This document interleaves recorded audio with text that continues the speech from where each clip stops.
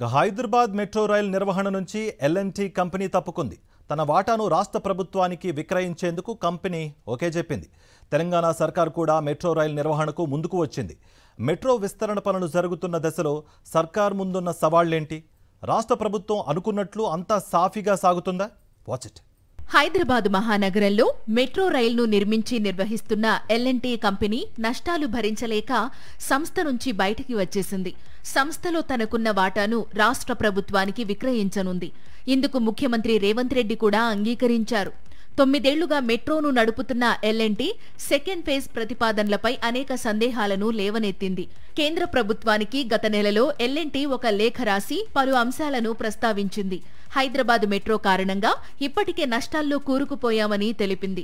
నష్టాలను పూడ్చేందుకు తెలంగాణ ప్రభుత్వం 3,756 కోట్ల పరిహారం ఇచ్చేందుకు హామీ ఇచ్చిందని, కానీ ఎన్నిసార్లు కోరినా నిధులు విడుదల చేయడం లేదని కంపెనీ వాపోయింది. ప్రస్తుత పరిస్థితుల్లో మెట్రో ఫేజ్ 2A-B ప్రాజెక్టుల నిర్మాణానికి సంబంధించి పీపీపీలో భాగస్వామ్యం తీసుకునేందుకు తాము సుముఖంగా లేమని కేంద్రానికి తేల్చి చెప్పింది.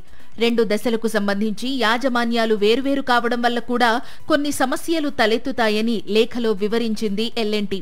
హైదరాబాద్ మెట్రో నెట్వర్క్ లో ఎల్&టీ వాటాలను తెలంగాణ ప్రభుత్వానికి లేదా కేంద్ర ప్రభుత్వానికి అమ్మేందుకు తాము సిద్ధంగా ఉన్నామని, ప్రస్తుతం ఉన్న ప్రాజెక్టును కొనుగోలు చేసి వేరే సంస్థతో కలిసి స్పెషల్ పర్పస్ వెహికల్ ఏర్పాటు చేసుకుని 2వ దశ ప్రాజెక్టు పూర్తి చేసుకుంటే బాగుంటుందని లేఖలో సూచించింది.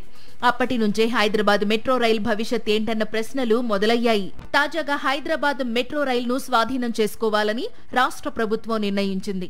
మెట్రో రైలుకు సంబంధించి 13,000 కోట్ల రుణభారాన్ని మోసేందుకు ప్రభుత్వం ముందుకు వచ్చింది. అయితే అనేక సవాళ్ల మధ్య కొనసాగుతున్న హైదరాబాద్ మెట్రో రైలు ఒప్పందం అమలు సాధ్యాసాధ్యాలపై ఇప్పుడు చర్చ మొదలైంది. హైదరాబాద్ మెట్రో రైల్ పొడవు పరంగా 2014వ సంవత్సరంలో దేశంలో 2వ స్థానంలో ఉంటే ప్రస్తుతం అది 9వ స్థానానికి పడిపోయింది. దేశంలోని పలు నగరాల్లో మెట్రో విస్తరణ జరిగినా వివిధ కారణాల వల్ల హైదరాబాద్ మెట్రో రైల్ విస్తరణ సాధ్యం కాలేదు. రాష్ట్ర ప్రభుత్వం ఆధ్వర్యంలో హైదరాబాద్ మెట్రో రైల్ నిర్వహణ సాధ్యాసాధ్యాలతో పాటు 2వ ఫేజ్ నిర్మాణానికి కేంద్రం నుంచి సహకారం ఏ మేరకు అందుతుందనే ప్రశ్నలు వినిపిస్తున్నాయి. ఎల్&టీ కంపెనీ తన వాటాను రాష్ట్రానికి విక్రయించడం వరకు ఓకే. మరి కేంద్రానికి ఉన్న వాటా విషయంలో ఎలాంటి నిర్ణయం తీసుకుంటుందో చూడాలి. మెట్రో రైల్ రాష్ట్ర ప్రభుత్వం చేతికి రావడానికి ఎంతకాలం పడుతుందనే విషయంలో కూడా క్లారిటీ లేదు. రాష్ట్ర ప్రభుత్వ ఆర్థిక పరిస్థితి కూడా అంతంత మాత్రంగానే ఉంది.